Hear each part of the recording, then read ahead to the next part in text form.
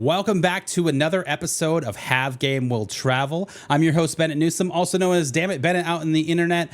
But I am the Director of Esports Growth and Development here at Full Sail University. And I'm super passionate about exploring the diverse world of esports and gaming beyond just skill level. So whether you're a first-time listener or a returning fan, we're thrilled to have you join us for this virtual journey through the experiences of industry professionals. So get ready to engage with our guests and get your questions ready. We'll get them answered in the chat, but sit back, enjoy the ride as we kick off another episode of Have Game Will Travel with my good buddy Panda. Panda, welcome to the show, man. How are you doing?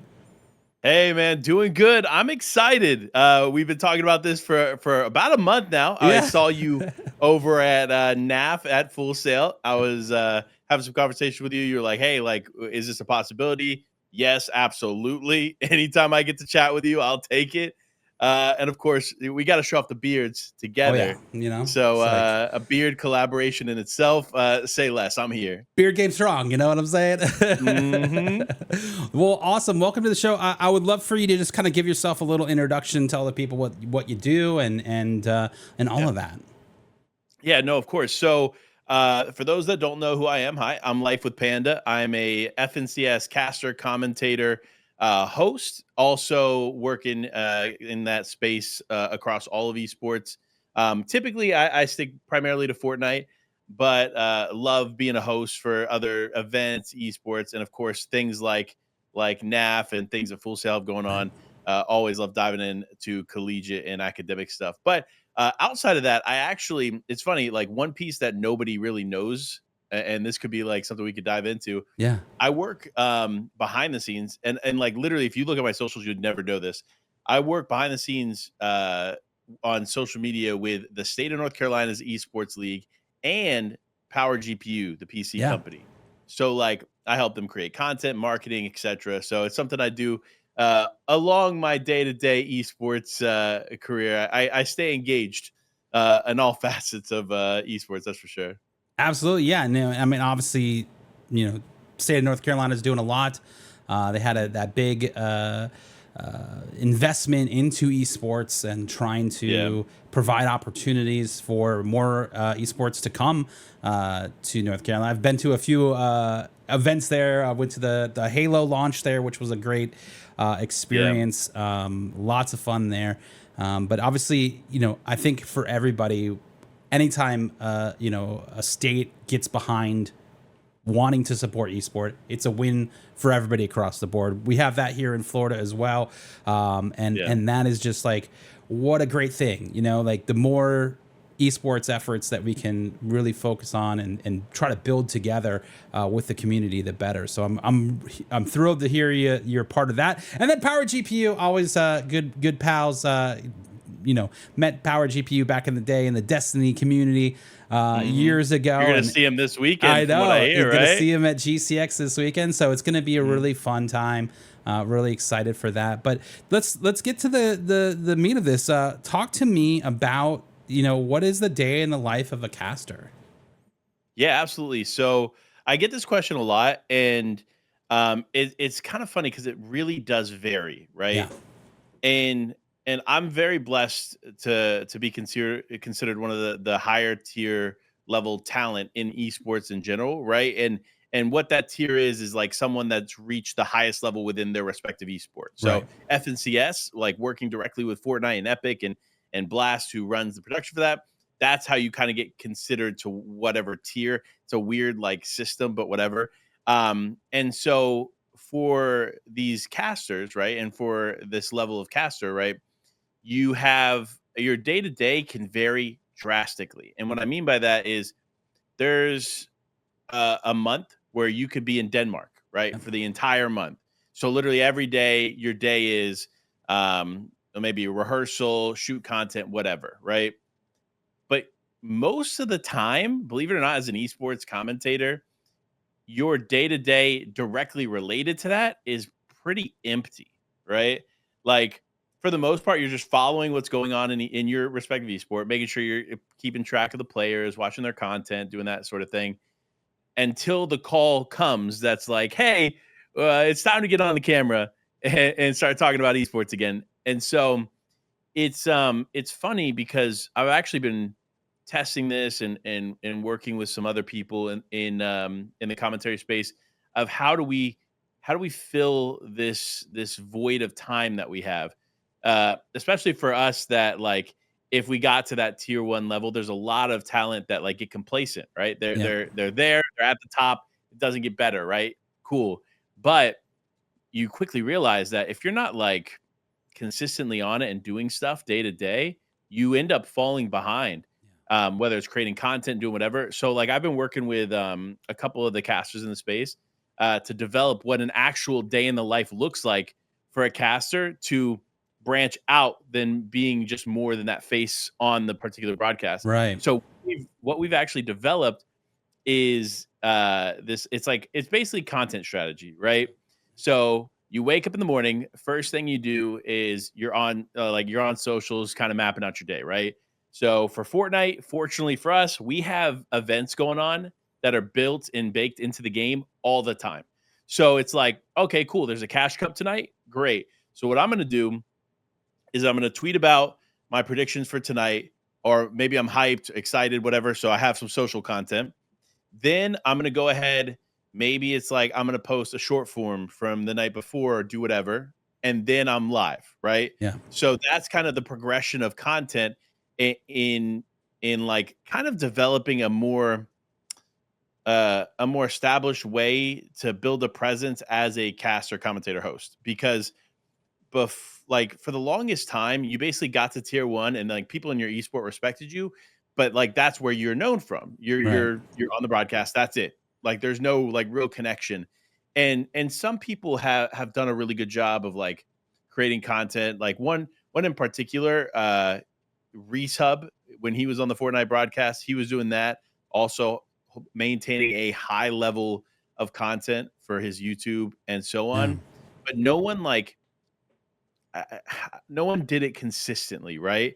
Until like Reese Hub, he ended up leaving the broadcast and finding his way strictly in content. But so like it's cool to see and talk with some of my fellow casters and trying to figure out what our day to day actually should look like, Yeah.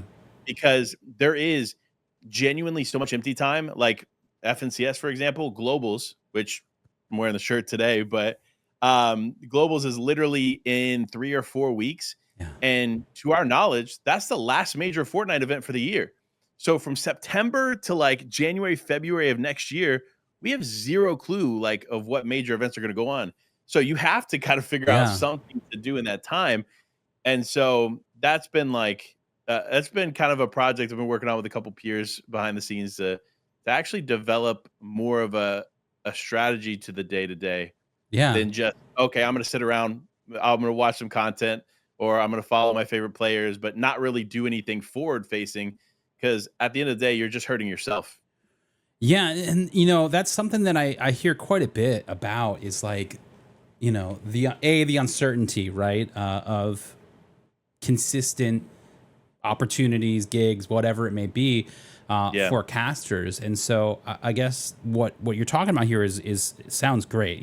I think that's probably something that can be really helpful for other casters that are out there that are trying to figure out, okay, what should I be doing Yeah. during this time? Obviously, you talk about, okay, I've got a plan for my content. Like I'm going to start with, posting my predictions, then I'm going to maybe do a short form, and then I'll go live. How important is it, or how important do you think it is to be a content creator and the caster, or do you consider those kind of like the same thing? Like how important is it that you are building your personal brand outside of what you're doing casting? So I think it's super important. And the reason I say that is more there, like every day there's new people stepping into the space wanting to be Right. a caster, host, whatever it is. And unless you continue to stand out and provide something unique to the esport and to the community of that esport, you ultimately separate yourself. You fall behind. And I think a lot of people, especially in this casting space, again, they get complacent. I've in that position. I've been in that position, I should Yeah. say, where it's like I was up there, like I traveled to Denmark for a month. So I'm like, okay, cool. I'm gonna come home and now I'm not gonna do anything for a month, right? Like I'm Right. just gonna take a month off. Take it But easy. it's like exactly. And so Uh, while that's the easy way, I think it's super important, and I think the future of what we do, like, it's not as impactful right this second, but Yeah. I think for the sake of the future of like commentators, casters, and hosts, is they need to be engaged in the esport that they are really focused in. Some Hmm. do multiple esports, so obviously trying to build a community in multiple esports is very difficult, and Yeah. that's like one thing I always say to a commentator starting out. I'm like, hey, listen, find one. Don't branch out too Right. crazy. It's easier to commit to one community than it is to 30, right? Right. Unless you're like a golden boy, but Hey, like what a legend. he's for real. But he's OG. He's been doing it forever. But that's kind of what you have to figure out is okay, the few like right now, yes, I'm comfortable or like whatever the case may be, and that's the mindset of a lot of commentators. But I definitely do believe moving forward and at least in maintaining relevancy and being able to maintain a position Yeah. as a caster is heavily reliant on how you connect with the community. And, Yeah. and the strongest and most well respected talent that typically have a lot of pull in their position are the ones that invest that time into the community, whether it be through their content, communication with the players, whatever the case may be. Those are the ones that typically not only have better job security, but ultimately have better longevity in this space in general. Because two notable people in Fortnite, for example, Aussie Antics Resub, they created content alongside being in the broadcast. They Yep. started more on the broadcast side, and by using the broadcast, they skyrocketed their content career. And now, like both are at the highest level of content creation, right? Making like producing millions of views a month and like Aussie streams to sometimes more than even the broadcast has for his watch parties for events. So it's like knowing or building an audience alongside what you're doing on the broadcast is so important Yeah. because you're building longevity. Because at the end of the day, you never know if the next broadcast is going to come, Yeah. but your brand is always going to be there Yep. for you to lean back into. So building that brand alongside, I think, is super important. Yeah, absolutely. And I couldn't agree more. This is something that I talk to a lot of our casters that are casting Armada matches about. Like, you know, Yeah. what's the plan? Like, where are we trying to build content outside of just being the guy that's calling Call of Duty, right? You know, Yeah. and I think that's another question that comes up a lot from our students is like, hey, I want to call Call of Duty, but the opportunities aren't there because there's so many people already doing that. Yeah. How do you suggest, students branch out when it comes to, maybe finding a different niche game that's going to be their main because there's so many other, people casting Fortnite. There's so many other people casting Call of Duty. Like Yeah. there aren't as many opportunities there. Do you encourage folks to say, hey, I'm going to try something new and try to be the guy there? Or do you say, hey, keep going at what, you think that is your, bread and butter? So for me, I'm very big on being passionate about the esports title that I cover, right? Mm-hmm. Because at the end of the day, you're not doing yourself or the audience justice if you don't like genuinely know what you're talking Right. about. Yep. So if you are like a huge Call of Duty fan, yes, there's going to be way less opportunity because there's an established esports scene, right? That's just a fact. Yeah. But if that's genuinely the game you're most passionate about and you want to build an audience within that, that's where you have to lean on being a creator first, Yeah. build such a strong presence to where you become like you basically become undeniable on the talent side and then transition into talent alongside your content. Like, but if you're like, hey, I'm passionate about 6 games, right? Like like for me, I love League of Legends, I love Fortnite, Apex is great, and Halo, Yeah. right? So if I were to ever cast uh, a game, I'd have to enjoy it, number one, but I also have to be passionate about it. Yeah. And so like even though I love Apex, I probably would never cast Apex because I'm not like passionate at that level. But like Fortnite, for example, Fortnite I've loved since day one. And so it's easy for me to like pick up the game, be passionate about it, and enjoy it. Yeah. So it comes down to like what games in particular you can really dive into and choosing from there the best course of action to building it. Like if you want the easy track, like, or I guess probably the most common track, I should say, not necessarily easiest, is find an esport that is brand new, Yep. right? Like, for example, what is it? 2XKO, Yep. right? That's going to be an opportunity right there. We'll see, obviously, some other fighting game talent transition, right? Yep. But that's a brand new game. So and that's going to be a big game because Yeah. it's Riot, and Riot doesn't let their projects fail, right? Exactly. So, Yeah. that is something that you can easily tie into and start focusing on, and that is definitely the more mainstream way to do it. But I still believe that if you're like passionate about one title, become a creator in that title and be vocal from day one that you also want to do uh talent work. You want to Yeah. be a cast, you want to be a host, right? Yeah. Because you basically speak it into existence. For me, I like the way it kind of happened for me was so crazy random, but it was always something in the back of my head that I was like, that is sick to see them do that. Like Yeah. I never thought it was possible, but I was always like, yeah, I'd love to do that. Like that would be crazy. And I guess I did that enough to the point where all the right things lined up and I was able to get where I'm at now. But when it comes down to it, yes, there's two ways, and it's either being passionate about esports, committing to the content, building a brand there, and then transitioning in, or the other way around. Yeah. You can have a base level brand and then but find the newer esports, start commentating, do it live on your stream. Like that's the best advice I could have for anybody is like literally fire up the stream, whether it's to one person, Yep. 300 people, it doesn't matter. Like record yourself talking about the game, breaking down gameplay. Even if you're breaking down your friend's gameplay after you go down, that's kind of how I started. I like All that that. stuff is good practice, Yeah. right? And so that is like no matter if you are taking either route that I mentioned before, that's how you get practice and that's how you get discovered too. Because the more you put yourself out there, again, it doesn't matter to what number you think is in front of you.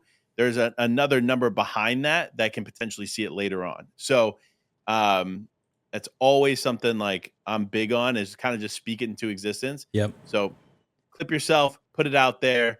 The worst that can happen is it maybe it doesn't happen, but the best that can happen and the more common outcome for a lot of people is that it does happen Yeah. because they do see the clip or something, some algorithm picked it up in the right way, got in front of the right person, and now you have your first show. Yep. So Yep. something definitely to keep in mind. And I love what you said there because I think, this is something that we always talk about, whether that's with our varsity stream team or just content in general, is like you have to start somewhere and Yeah. you lose time. Time is never on your side. You can't get it back. Like you just have to start doing it. So even if it's at a low quality or you're scared to do it, like just starting to like try and put that content out Yeah. is such a important first step for casting, for streaming, for YouTube, for whatever. As long as you just start putting it out, you're going to learn so much along the way, especially because you're going to go, hey, you know what? That video was not great. I'm not going to do that part again because that did not go over well. They roasted me in the comments, and now we're going to try this next time. You're going to learn a lot of valuable lessons along the way just by doing it. And the more that you take that on, the longer that goes, you're going to have a lot more opportunities because you've learned so much along the way. And you'll look back a year later and you're like, whoa, look where I'm at. Like that's crazy. So I love that mindset of just, hey, just start doing it.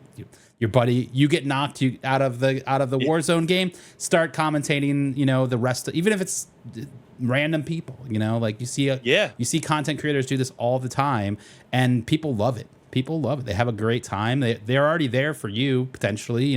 They like your personality. So, give them what they want, right? Yeah, absolutely.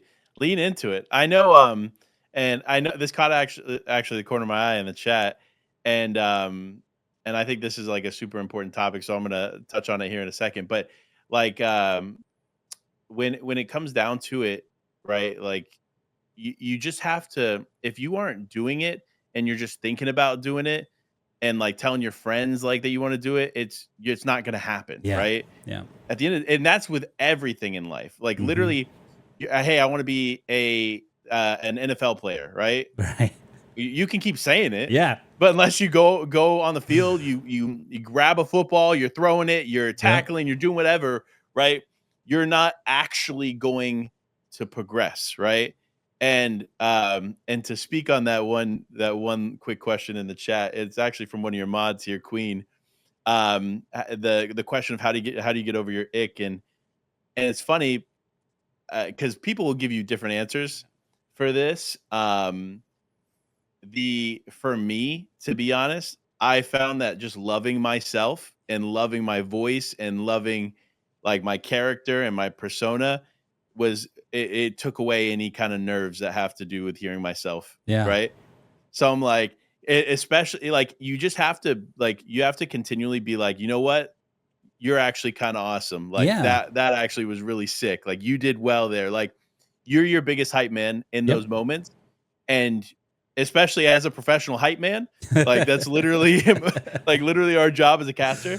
So hearing yourself in your ears, like just be like especially after big in-game moments Oh for yeah. me, I'm like, oh yeah, that was sick. Like so that's the big thing. Just love yourself and continue to support yourself, be your biggest supporter, and ultimately you'll get away you'll get over the hearing yourself. That'll be the least of the nerves that you feel when it comes to commentary.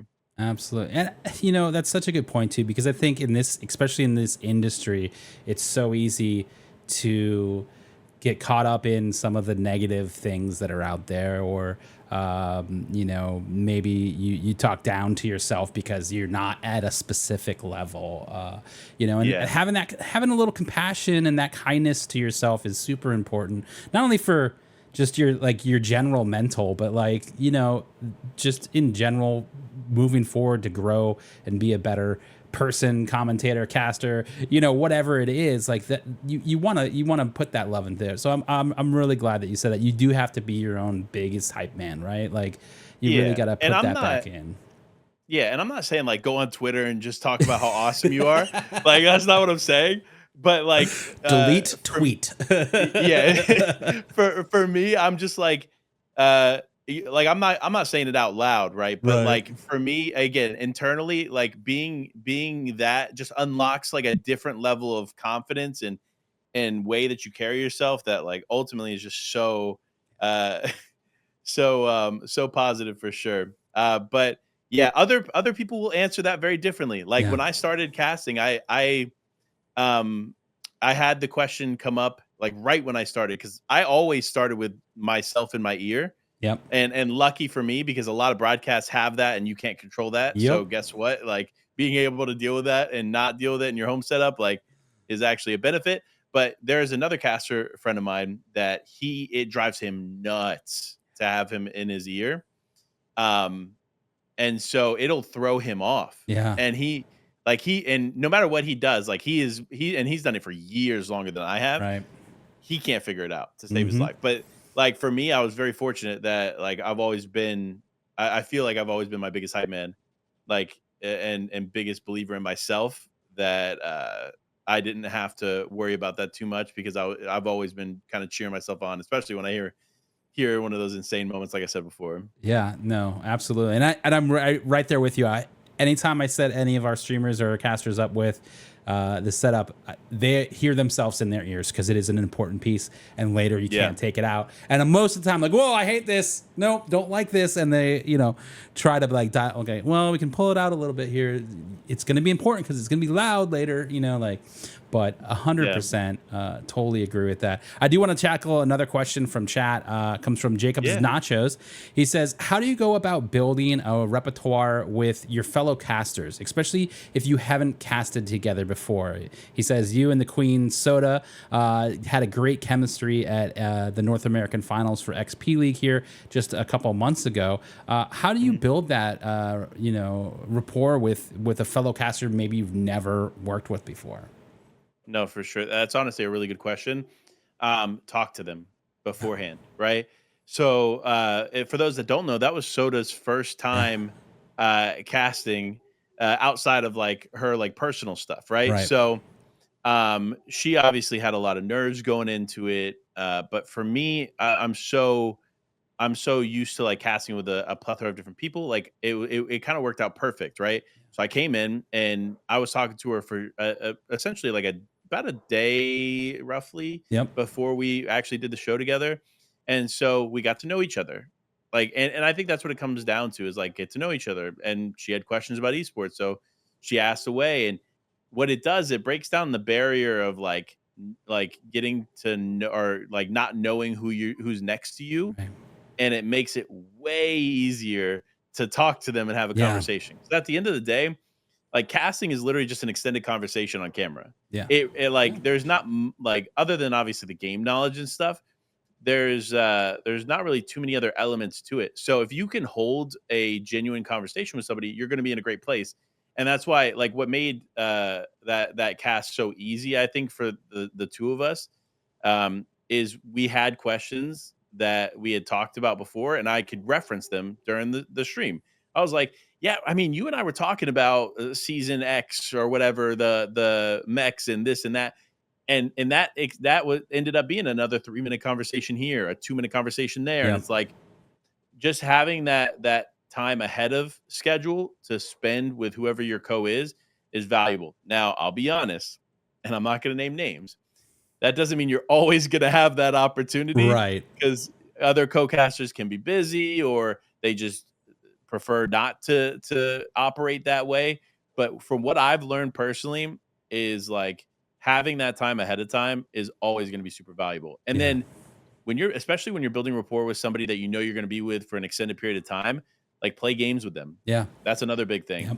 Like especially the game that you're commentating, right? Like hop on a game of Fortnite, play Fortnite with them, play at the like play in events, even if you think you're gonna like be in like 1500th place, right? Like just go play the event with them Yeah. because you then you're actually talking through the game together, you're building a rapport together, you're building that chemistry, and you don't realize it because you're doing it so casually that when it comes to game day, you're hyping each other up, you're ready to go. Like it just becomes a different feeling instead of like, oh hey, nice to meet you. I'm X here. Let's do Yep. our professional job. It's more like, yo, that's my boy. Let's get it. Like, let's have fun, and let's bring the show home. And 10 out of 10 times, it's always going to be better when you have at least some level of predetermined chemistry ahead of time. And again, it doesn't take much. If you can just have a few conversations ahead of time, it makes for a much better experience. Yeah, absolutely. And it builds that, that chemistry and only elevates it at that point. Um, yeah. So I want to hit the rewind button a little bit here because I think Yeah. that I have a million questions about what you're doing now, and we're going to get into that. But I also kind of want to know where this started. I know that this kind of became a thing around the pandemic, but Mhm. prior to that, you have a whole nother life that involves Disney, and I would love to just kind of like get to know that world a little bit of Panda before casting. What was that Yeah. like? It was crazy, right? Like, so before esports, like before COVID hit and everything kind of changed for me, I worked for a plethora of different companies, including Disney. Where Disney, I got a majority of my like professional experience. I want to say Yeah, at right. I held multiple management positions, training positions, and that's what led me to have a pretty successful career in corporate training and development. And so I hold a lot of that to me, and to my success even in esports. But like before that, I did. I mean, like down to the nitty gritty. I held a job as a produce clerk and produce management at Publix. yep. So I shout out Publix. You live in Hey, Florida. I oh used to live yeah, in Florida, so Publix was like the go-to, right? Uh, and then from Publix, I transitioned to Disney. And Disney, I started off as a part-time lifeguard and activity host. Within 6 months, I was a recreation lead, and I had become a trainer for the department. And then 6 months from there, I ended up or about actually like 8 months to a year. I transitioned to the front desk, took over as a lead for the front desk, trained for the front desk, and then I taught a class called Traditions, which is like a welcome to the company class for yeah. Disney. And they only select like 50, 60 people a year to teach this class, or actually it was every 2 years, I think at the time, um, to teach this class. And it's like out of 77,000 cast members, Yeah. they only choose like a certain amount. So it was like this really incredible honor to teach this class.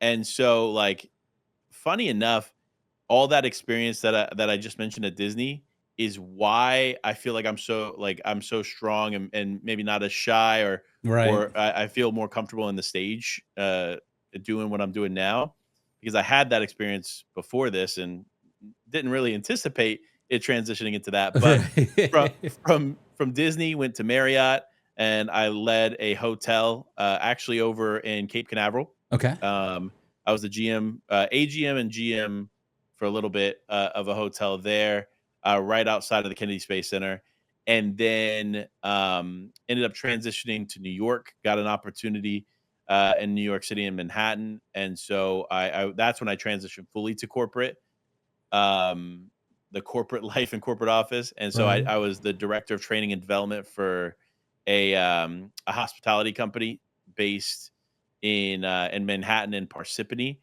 New Jersey. So I was like back and forth between those two offices, and then traveling like up and down the East Coast. And then from there, I transitioned into another real estate company, and like a pretty prestigious real estate company in Manhattan. And literally the day I started, like on a Wednesday, and then like Thursday they shut down Uh, the world for COVID, right? So yep. I had one day in the office here at this place, and then immediately Boom. we're working from home. So it was I worked at that place for a little over a year, and then that's when I transitioned into full time into esports.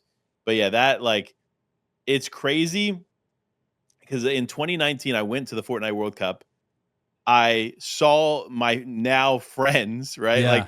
Like some of these people, mind you, like Sundown, Zeke, like I'm literally going to hang out with them on Saturday. We're having a game night, That's right? Like awesome. and in 2019, I'm like, man, those are the coolest people Yeah. in the world.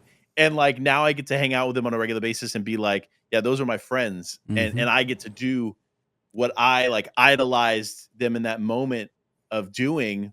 I get to do it myself. So it's like it's such a blessing, and I am so incredibly thankful. But it's so insane to think about the difference in life from 2019 to 2021, when everything fully transitioned full time. Um, and you're right. I lived a very like a very different life, and Yeah. I don't regret anything that I experienced in that life. And I owe a lot of the success that I have now to like the business acumen and the training, understanding, and stuff like that Yeah. that I learned from that. But man, I couldn't imagine going back to that Yeah. either. Different Like world, right? totally. Like I love like media and marketing and broadcasting and stuff so much now that like even if I like let's say casting ended tomorrow, I have 10 other things that I would do in esports that I know I'd be able to connect with Yeah. and just take off. Yeah, no, I love that. I feel like you're one of the many people that have this like the most interesting backstory in esports. You know, like where you came from and all the things that you navigated to now and what you're doing and how those things have really helped you. And I think that's a big testament to your success is that you had this huge foundation of other avenues and other skill sets Yeah. that lent to this. And I think that's the cool part of esports. We always talk about this with our students is that, you know, esports has so many entry points from all of these different directions, and for us at Full Sail, that's the degrees, right? Like all of these degrees touch it in some way, and that's such a cool experience. You don't have to be the best gamer in the world to work Yeah. in esports. There is a path for you, and I think that's a huge part of what this show is like trying to like showcase that there is so much more to esports than just being good at the game. And Yeah. I think you're a great example of that. So all right, you did all the Disney stuff, pandemic hits. Mhm. What really sparked you to go into this, and how did that grow from that moment? Yeah. So funny enough, pandemic hits in March. Yeah. April, I had kind of gotten acclimated at this point to how we were going to run the training department. We transitioned everything to Teams. It was all going to be virtual. So like found a balance where I could work 7 a.m. to 5 p.m.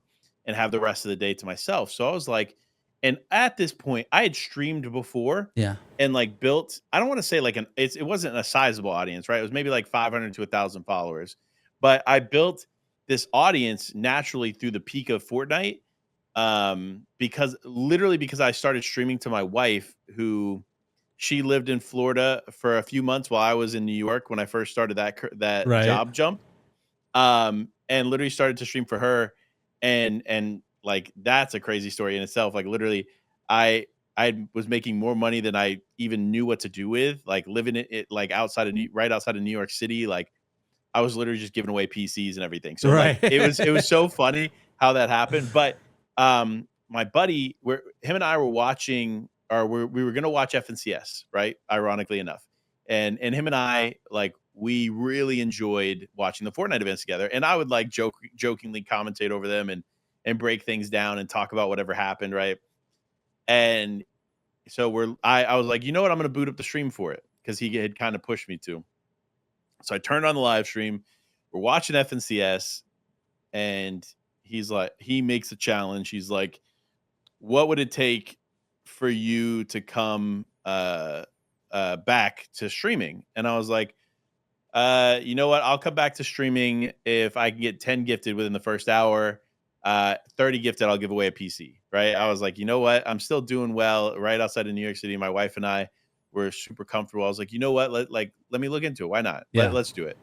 And so within 45 minutes, um, all 30 subs had come through, right? And we knew that we were giving away a PC. So it didn't take much to like from that point on to kind of do something with it. And something different. There was something different about it in the moment that clicked, that was like, you know what? I need to take this a little more serious. Yeah. And the first thing I did, ironically enough, is I went out and found an editor by the name of Brave Edits, Yep. who he's now a great content creator as well.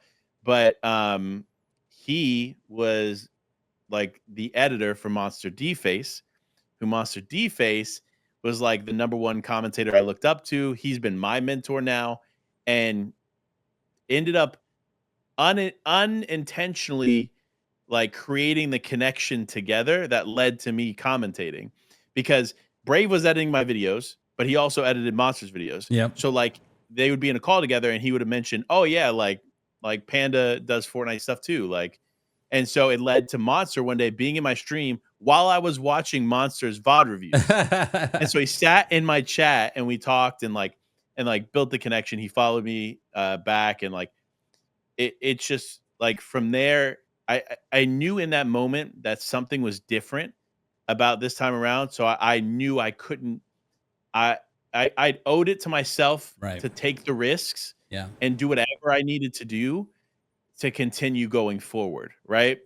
And so that's what led to, in 2021, like May of 2021, my job had came to everybody from the office and was like, "Hey, we're going back to the office. You have a choice. Come back to the office," which I knew if I did, I wasn't too far from the office. But if you know anything about office culture, Yep. it's not 9 to 5, right? Especially in a corporate office. If you're not like 7 to 8 p.m. in a corporate office, you're not doing enough, right? Yep. Hmm. And I was like, I don't want to go through that. I know, I know we have money saved up, and I had enough money to comfortably live for like 3 months. Yep. And I was like, I talked to my wife. I was like, you know what? Maybe this is a sign. Let me see what I can do with this. And worst comes to worst, at the time I was being headhunted by other companies. So Right. through LinkedIn. So it wasn't like I felt like I couldn't land back on my feet. Right. And I was like, you know what? Let me give it a try. And so uh the end of May was my last day at the company and my announcement for full time. In the end of June, early July, I get hit up by DreamHack to do a online Fortnite event, because they used to do online events every month. Yep. And I knew that that was like the gateway to the main broadcast in FNCS. And so that was like the track back then, is that you had to get the DreamHack. Your DreamHack is like your audition. then you go to FNCS, right? And so I knew that was happening. And to this day, it's the best cast I've ever had in my life for two reasons. Number one, it was with Monster D Face, who was my mentor Yep. and the guy I do a podcast with, right? So our chemistry was off the charts. And two, I knew that if I was going to make a big impression in front of Epic for the first time, like this is where I was going to make that impression. Yep. So, funny enough, it happens like the last week of July. 2 days later, like it happened on a Tuesday, I want to say. And so Thursday, I get hit up by somebody that's like, "Hey," and mind you, this is a friend of mine that he works at Epic, but like, and he typically doesn't do reach outs either, but he reached out to me in DMs on Discord and was like, "Hey, um, any chance you'd be interested in doing FNCS just to cover for 2 weeks?" And I'm like, yeah, absolutely. Like, Yeah. it's my get on there. And he's like, cool. Comes back to me and he's like, actually, it's gonna be the full season. So I was like, yeah, say less. Yeah. I'll be there. And here we are from there. Yeah, I like that. And the opportunity presented itself based off the performance of, you know, the tryout, if you will. Like DreamHack was it, right? And from that stemmed, hey, we need coverage. Hey, that coverage is now a full season. Here we are. Like, and funny enough, like my friend at Epic, right? He doesn't have like a say over, like he kind of like loosely works with broadcasting, but at the time had no like connection whatsoever to talent. But they were in like this pinch moment. And again, he never confirmed this, but this is what I could kind of tell and gather from the situation. But they were in this pinch moment from what it seems like that they had somebody else lined up. They felt like they couldn't do the first few weeks because of like probably another show. So they're like, okay, we need to find somebody to fill. And this was going to be their first time on the show because prior to that, earlier in July, and this was another thing I had in the back of my mind when knowing that DreamHack was like an audition. There was another caster that was removed because he had said something publicly, and it caused a rift between him and Epic, and so they like kind of decided like to go separate ways. And honestly, more power to him. The success he's had is incredible. Shout out Aussie Antics.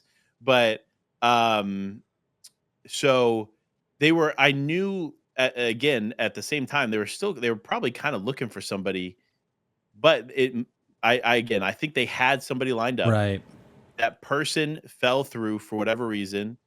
And either they were like, we would rather have somebody consistent for the whole season and then just keep them moving forward, or like something came up to where they just couldn't do any of it. Right. And I was able to take that opportunity and run with it. And honestly, those first few seasons of FNCS and then the first season we had in person was some of like the best memories I have working in esports. And it was such an incredible time. It was so different.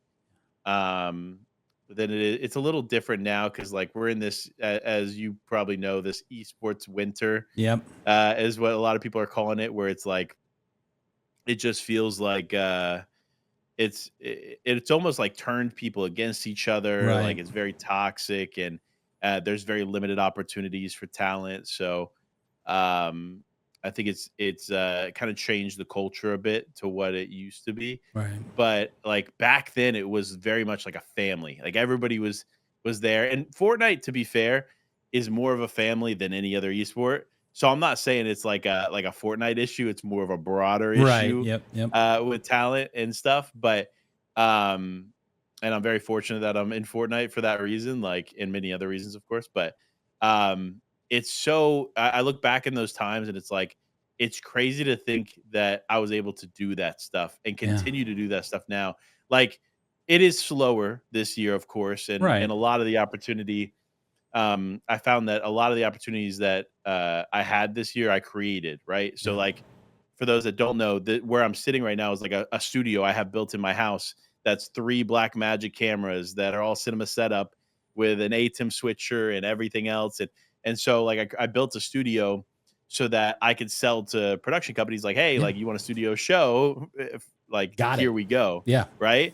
And so I knew that things were going to be tough this year going into it what, like, because I hear all the conversations kind of behind the scenes where it's like, yeah, we're not getting the same brand deals to Right. host Yep. productions. They want to put their funds elsewhere. People X, Y, and Z are pulling out of esports for now, right? Like, there's all these conversations going on, and so like I knew like to pivot.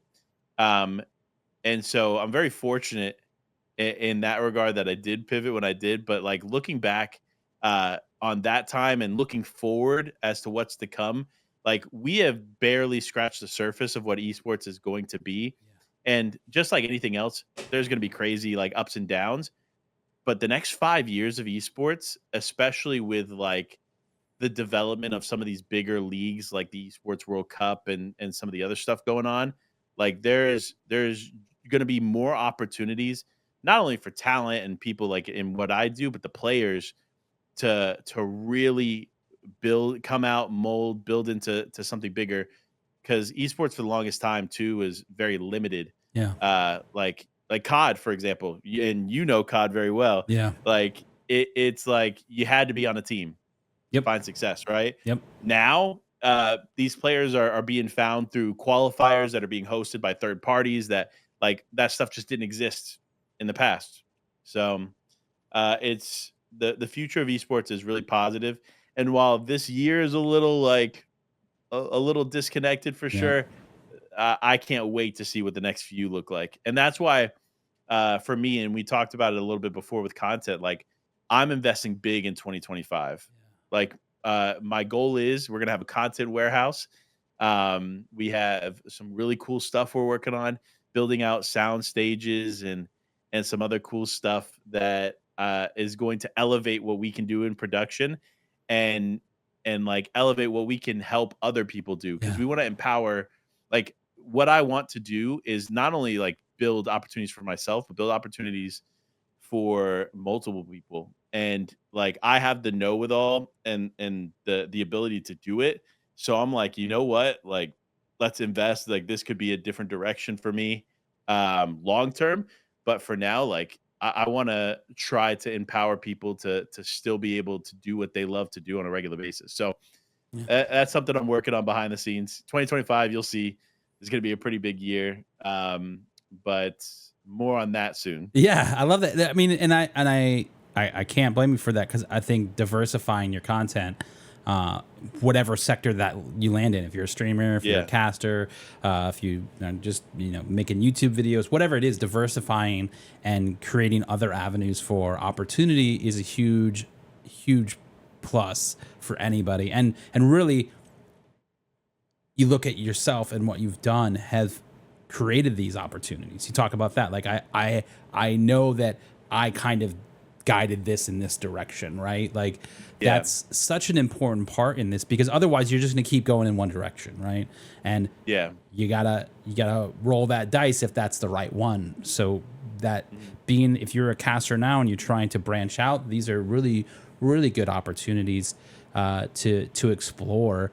Especially in a kind of an ecosystem that's a little volatile right now. Like the world isn't as safe as it once was with esports, right? Like we want to continue to grow this, and obviously I think that's where the collegiate side comes in really strong right now. Is that esports winter's happening? We're acknowledging it, but in the collegiate space, we're really trying to push forward and continue to build and provide opportunities. You see a lot of players getting recruited to go to schools. There's universities out there that are offering full rides to players. That's a huge deal in this industry. Is that like you can get a full degree and go play video games, like mind blown, right? Like that's such a win. And so I think we're going to start to see that more and more. We're going to start to see, opportunities for casting and talent and content along the way as well. I mean, we've given scholarships to casters, to stream team varsity members. Like it's not just one avenue, right? Like there's awesome. a lot of opportunities for that. So I'm excited to see where that goes for you though. One thing that I think is really cool, and I got to watch this firsthand at XP League North American Finals this year, is your engagement with the community. Like how important of a role does the community engagement play in your work as as a caster, as well as like a podcast co-host? Like, and obviously we haven't really talked about that part of Yeah. your content right yet, but like, what is that community part? How to engaging with that? What does that look like for you? You know, it's so important. I think in every event, in every community I work in, it's very important. And so I have these events that I go to throughout the year, whether it's a DreamHack, Yep. XP League North American Finals is one that I've been able to do the last couple of years. And there's specific communities within these events that it's really good to engage with and invest in, right? Yep. Like NAF, for example, like a lot of people, I didn't realize this until I started going to events. Like a lot of people recognize who I was, Yeah. right? And this, and like, obviously, it's not like going to the grocery store and being like, "Oh, Panda," but Yeah. it's like when you go to these events, it's like this closed in group of people that all watch and observe what you do. So naturally, it's more likely they're gonna know who you are. Yeah. And so it caught me off guard the first DreamHack I ever went to, and even like the first NAF I went to, how many people like genuinely knew who I was, and so interacting with these people is so, I think so important because not only is it like good to obviously know about the players and like who you're getting ready to commentate over, but more often than not, you and like spending a few minutes with people Yeah. like it means the world to them. Yeah. And like for me, like I can't imagine being that to someone, but like I will, right? Like if you want to have a conversation about your drop spot, I'll sit here and talk to you about it for 45 minutes. I don't like when I go to events, I don't make plans for that Yeah. reason. Yeah. Because like I don't put time constraints on anything unless like I have to be on for a show, of course, but people typically understand.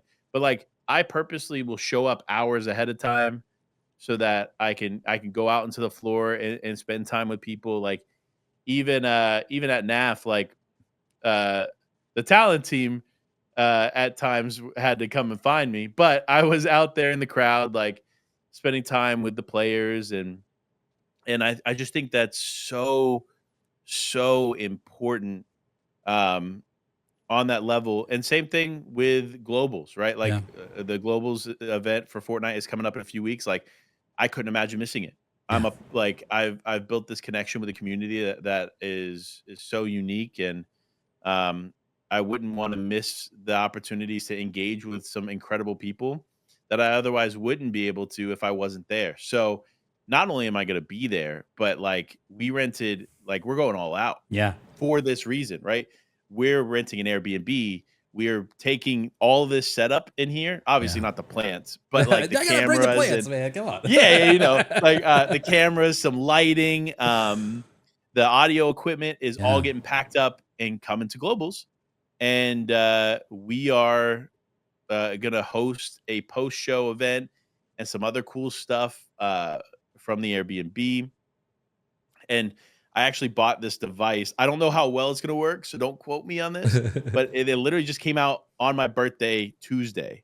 Yeah, Tuesday. Happy And belated. it's thank you. It's literally like a tablet or a camera monitor. If you've ever seen like a camera monitor, Mm-hmm. it's like this small screen, probably about this big, but in it has a like a Mage Well capture card. It has a Stream PC and like something else that's crazy. But basically, it's this little device that you can connect it to Wi-Fi. You can plug it into the wall. You can put Right. batteries to it, whatever, and you can live stream from this little device. So my goal is I'm going to set up in the stands, and I'm going to try to live stream from the stands as things are happening That's awesome. at Global. So we'll see if it happens. Again, lots of cool stuff planned, but like that's where the community comes into play. Yep. Is I want people from the community to come up to me in the stands and like sit down. Let's have a conversation on stream. Like let's talk. Like I want to do cool stuff with the people, and that's always going to be a priority. And that's why again that's why I invest so much in going into these events so I can stay engaged. And for anybody out there that wants to dive into an esport, it's so important Yeah. to be out there, meet people, networking, introducing yourself. Like I know networking is like the business term for it, For sure. but like just go out there and build connections with Yeah. people. like, even if you don't get anything like career wise gain out of it, the personal connections I've met in esports is like next to none. And some people were literally like that I've met through gaming literally ended up being in my wedding party. So it's Yeah. like you just never know who you're going to meet at these events. So I highly recommend go out there. Obviously, be respectful when you come up to Yep. people that you don't know, or try to like intersect into groups that like you're maybe not less familiar with. Obviously, be respectful to the people around you, but like go out of your way and say hi. Like Yeah. introduce yourself, talk to people, because believe it or not, most people are going to want to or will interact with you, have good conversations, and you never know who you might meet. Absolutely. Lead with your your gamer tag too. Hey, I'm Jake. Like Yeah, that's oh, hey yeah, Jake, how's it going? But oh, I'm Dammit Bennett. Like, oh, okay. Like, what's up? I've seen your name in chat before. That helps bridge that connection a little a bit, lot. which makes it a little bit easier on everybody. So it's not super Yeah, awkward. Oh, hi. But yeah, 100%. Obviously, we are in the final 5 minutes of our conversation here. I feel we have to have a part 2 at some point because I don't know, yeah. like 20 other questions that I didn't ask you today. Hey, you tell me when, and I'll be there. I love it. I love it. So I do want to give you some time to let people know where to find you, how to get in contact with you, all of those types of things. But I do not want to ignore this question from chat. It says, with the rise of gaming culture and events like Metarama Festival, blending music festivals and esports together, do you see more LAN events and music festivals happening in the future? And how do you think these hybrid events could elevate the gaming and entertainment industries? So funny enough, the state of North Carolina group that I work with, Vessel, actually built out a gaming rig, and their first event with the gaming rig was at a Post Malone Love and Life Festival in Charlotte, North Carolina. That's awesome. And to see firsthand, like the impact that it had on kids and like people coming through the event and like then being able to hop up on stage and get hyped and get excited, like there was so much cool like intersect that like not only did I not expect, but it also turned into like a learning experience for parents Yeah. that see their kids getting hyped. Like, yes, Post Malone's on the stage like 50 feet over there, but like they want to be on the stage here playing the game and like interacting Yeah. and doing things. It just shows parents like what game a little bit more about gaming in an environment that they're probably not expecting to see it in. Absolutely, yeah. I've always loved, Warp Tour is gone. It's no longer around. But I would I know. always love to see in like a Warp Tour esports collab meet. I know they were working on something for a little bit, but like, man, we gotta bring it back. Hopefully in the future, I would love to see it. Hey, listen, if I can have any contribution to that, I would make it happen. Let's do Warped it. Tour was my childhood. I know, Man. right? I know. All right, where can the people find Panda? How do they get in touch with you, Yeah. and where can they find your content? Life W Panda on Twitter. That's the best place to follow me on everything. I got Life with Panda on YouTube and Twitch, but Twitter is where I stay most connected. So, like, if you ever have a question for me, feel free to DM me. My DMs are open. Like, I always want to engage with people. So, feel free to reach out at any time, and hopefully, I can answer the questions you might have. Awesome. Well, thank you guys for being here for Have Game Will Travel. Our very next episode is going to be next Thursday with Micaiah Boam from, he works in esports at Spectrum Industries. Super excited for that conversation. We will see you next week and have a great rest of your week.